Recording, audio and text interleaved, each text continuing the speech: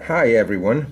So this will be the follow-up video on the one I made the last video, which was the Australian Manuka honey MGO 1717 plus from Biosota. So first things first, the honey is very tasty.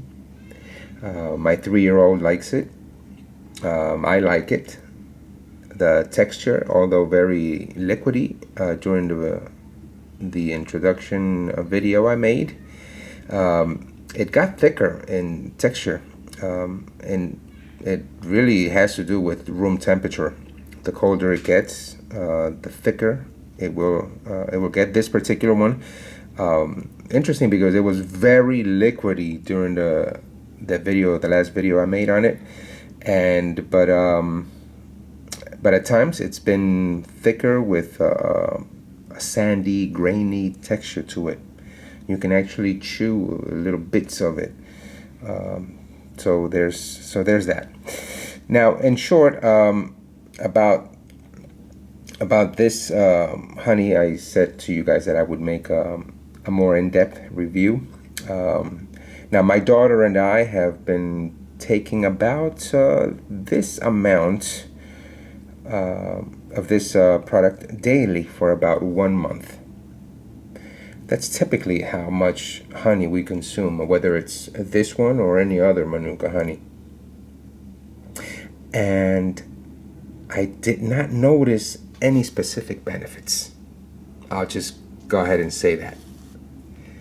When we started with it, my daughter had just gotten sick with something, and she was coughing a lot. She was coughing regularly, and she had a fever too. I'm sure the cold weather had something to do with it. Maybe it was a cold, maybe it was a strep throat, the flu, I don't know. Maybe she got it playing with other children. But eventually she got better after several days. And although her coughing was persistent, and I guess you can hear my daughter in the background. Yeah, although the coughing was persistent, and it didn't go away until 2 weeks later. Whatever she had, she also passed it on to me. Although I didn't get a fever, but I had a lingering cough, the sneezing, the mucus, and the whole thing. Now, the whole way through, we both took that same amount of honey, which is at 1717 plus MGO, each day. Each day we take the same amount, with exceptions. I mean, there were some days, some consecutive days that we would double the dose of the honey, especially during this time that she was sick, and eventually when I got sick. But I didn't notice any specific benefits, anything. In terms of that, I didn't see any contributions to how she was feeling, and her recovery, and mine. I mean, who's really to say, right? I mean, how beneficial taking this honey was during that time. Personally, I don't think it made any difference. I don't think it helped. I don't see how it was effective during this process.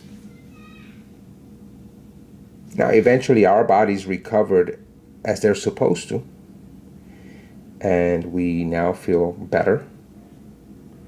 But it's tough to say. I mean, mine wasn't a clinical study. You know, it was just my observation. I don't know exactly. You know, I can't say how much taking this honey during that time that we were both sick actually helped us. You know, or did it help us at all? I mean, did it help us a lot? I mean, it couldn't have been a lot because the recovery process wasn't quick at all. It it for her it took at least 2 weeks, and she had still been coughing after that, after she recovered, and my condition too, my coughing just lingered, and I'm just now getting over it. I don't know what it was. It must have been the flu, some strep throat. I don't know. But it was just my observation. Also, there were, like I said, there were days where I would double the dose just to see if it would make the condition better. But you know, I didn't notice any difference other than the fact that it was tasty, and you know. But that was basically it. I mean, many people, I think, are maybe too hopeful for Manuka honey to work, you know, to work wonders, you know, in the healing process. Maybe they think that it's supposed to work as a magic potion of some type, you know, of some sort, maybe a panacea of sorts. But I don't, you know, I don't think it's like that. I mean, we read and hear about it all the time that Manuka honey is good for this and good for that because of its medicinal properties. But, I mean, just how good is it really? I don't know. I don't know. I mean, it's words like good and beneficial, medicinal, those types of words, they're relative when it comes to health and healing. I think there should be, really, I think there should be more transparency in the form of verifiable clinical studies of the health and medical benefits of honey, Manuka honey, the different types of levels of Manuka honey. I think it would help put our minds more at ease when it comes to expectations of the benefits of Manuka honey or medicinal level grade Manuka honey. So, not to make this video too long, to conclude, I guess I would say that I should ask, should we have taken higher amounts of this Manuka daily? And maybe like that we would have noticed its curative contributions more. But if so, how much more? So that's my question. Either way, would I buy this honey again? No, I wouldn't. I'm not saying that I'm not denying how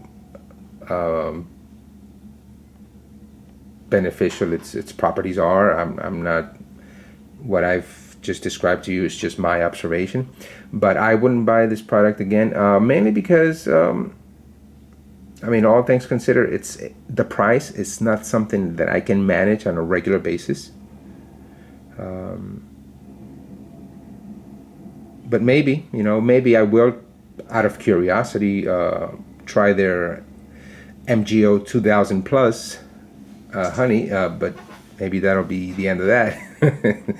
I'm not sure. Biosota calls it their incredible, luxurious, limited edition honey. Good marketing.